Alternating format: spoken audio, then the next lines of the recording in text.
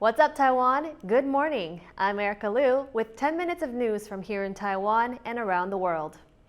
In much of the world, life has gone back to the way it was before the pandemic. But here in Taiwan, the borders are still closed to most foreigners, and some people are losing patience with those restrictions. As Louise Watt reports, both the country's tourism industry and Taiwanese who want to go abroad want the borders to reopen as soon as possible. Taiwan's borders have been largely closed for more than 2 years. It was a strategy that helped keep Taiwan safe while much of the world was dealing with COVID-19. But now daily cases have risen to the tens of thousands, and people returning to Taiwan still have to quarantine for 7 days. There are growing calls for border restrictions to be lifted, including from the chairman of an association that represents travel agents. 当然，开放国境对我们国人来讲是非常重要的。我们每年到国外去旅游的人口有超过2000万人，那每年到入境的人口也有1000多万人，所以对我们台湾的 GDP 有很大的帮助。 Asked on Tuesday whether Taiwan would reopen its borders in August, the health minister said it was too far ahead to know. After more than 2 years of stringent travel rules, Taiwanese are hoping to return to an era of easy travel. 出国你们有比较想要去哪一个国家玩吗？日本。怎么说？你也太快了吧！因为已经想很久了。我是想去纽澳，本来想去俄罗斯，结果俄罗斯现在不行。 Xiaoliuqiu, who represents travel agents, says while COVID hit many industries, it hit tourism the hardest. 如果觉得要与病毒共存，应该要尽快的适度的开放，让我们可以恢复到正常的生活，免得我们这2年多很多的观光产业，包括旅馆、旅行社，包括一些观光事业，都已经是没有收入的状况之下，没有办法再撑下去了。所以希望政府要尽快的开放。 As Taiwan learns how to live with the virus, people who depend on the tourist industry for a living hope those with wanderlust will be able to jet in and out of Taiwan again soon. James Raynar and Louise Watt for TaiwanPlus. Ukraine's President Vladimir Zelensky has hailed what he called the heroic defense of the Donbas region. That's as Russia redoubles its efforts to seize control of the eastern part of the country. Russia's president expected to win the war in Ukraine within a week, but Ukrainian forces appear to be holding their own against their larger neighbor. Thousands of kilometers away, people in Taiwan have been watching and learning from Ukraine. That's because Taiwan is looking to bolster its own defenses against the possibility of invasion by a larger army. Jaime Okan has more about what's known as asymmetric warfare.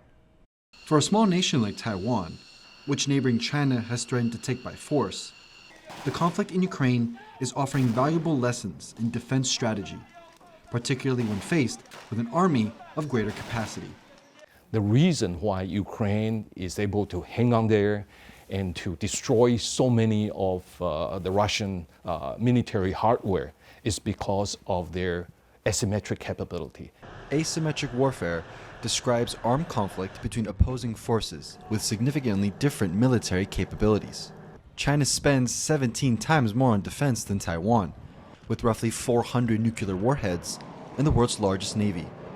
While Taiwan has anti-ship missiles and air defense systems similar to those being used by Ukrainian forces against the Russians, there's another US-made weapon that both Taiwan and Ukraine want to purchase. And a howitzer is a very large artillery round that when it impacts, it can really hurt a military formation. Even inside of a tank, it can really mess them up. So you want systems like that that can fire 30, 40 kilometers away from where you are, trying to break up the military long before it gets close to you. And that's what Ukrainians need at this moment. They need to destroy the Russian convoys before they even get to the cities or near to the locations they want to take. Weapon systems like the howitzer would bolster Taiwan's defenses by acting as a strategic deterrent at a fraction of the cost of China's hardware. The howitzer is priced at roughly $700,000 US. Taiwan has also ordered more Stingers from the US, which is a portable anti-aircraft missile launcher. It only costs about $38,000 US, but can effectively take out Chinese fighter jets which cost upward of $100 million each.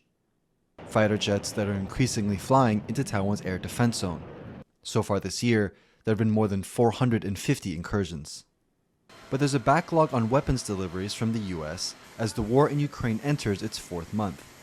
And as Taiwan waits to receive this hardware, it's taking note of how it's being used on the battlefield.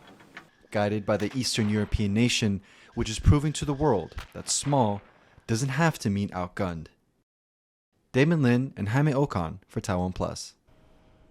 The coral reefs around Taiwan's Xiaoliuqiu Island are dying out. That's according to a new report released ahead of World Oceans Day on Wednesday. The report says, of all the coral surrounding Taiwan, the hardest hit are those near the island of Xiaoliuqiu. TaiwanPlus reporter James Chater visited the island earlier this year. From the pristine beaches of Xiaoliuqiu, Taiwan's mainland looks serene in the mist. But beneath these clear waters, a looming ecological disaster. 大家都知道小琉球，它是一个大家号称的珊瑚礁岛屿，所以它的珊瑚礁状况应该要非常好的。那只是现在它已经在一个很不好的状态了。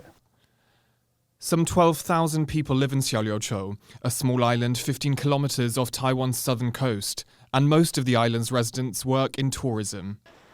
Tens of thousands of tourists come to Xiaoliuqiu every month, and the once flourishing coral here used to be a big part of the island's appeal. But now, some are concerned that a combination of human and natural factors are causing irreversible damage to the reefs. Xiaoliuqiu's coral is in crisis. Parts of it have been left barren by high sea temperatures, poor wastewater management, and a surge in tourism.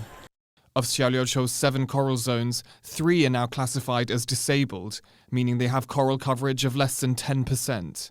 To give the beleaguered corals some breathing room, 70% of visitors to the intertidal zone will now have to book online, and the government is restricting the numbers to 300 at any one time. The intertidal zone is the area of shoreline above water at low tide and below water at high tide. But some coral conservationists are concerned that the new rules aren't wide enough. 它的确在管理就是潮间带管理上有加强，因为过去它可能为了让游客更方便，有比较宽松一点。那现在有稍微有强制约束一点那这部分我觉得一定会有帮助。但是在水下的部分，我只是觉得目前就于水下的部分，它没有提出比较明显的管理措施。As well as diving, severe bleaching since 2020 has contributed to the coral's dire situation. Bleaching occurs when ocean waters become too warm. As a result, coral expels the algae it needs to survive. Since then, Xiaoliuqiu's coral hasn't been able to fully recover. But despite the significant challenge, Ajie believes a mindset adjustment could make all the difference.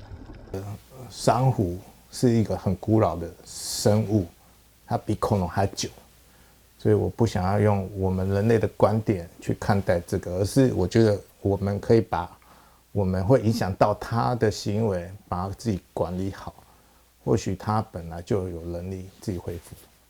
Conservationists like Ajie are determined to do all they can to protect Xiaoliuqiu's coral. And the marine life that call it home are counting on it. Asnaya Zhou and James Chater for TaiwanPlus. An annual hot air balloon festival is set to launch in Taidong County, southeastern Taiwan, next month. Last year, the International Balloon Festival went local due to the pandemic. Only Taidong residents were allowed to attend. That's changed this year, but visitors will need to be triple jabbed in order to go up in a balloon. Local hotel operators say there's been an uptick in bookings for this year's event. Organizers have invited over 20 hot air balloons from abroad to participate this year. As for the balloons' designs, the county government is keeping them under wraps. Thank you for watching What's Up Taiwan. Remember to download the TaiwanPlus app for more stories from Taiwan and around the world. Finally, today, we leave you with a family of kookaburras with 3 one-year-old babies enjoying their home at the Taipei Zoo.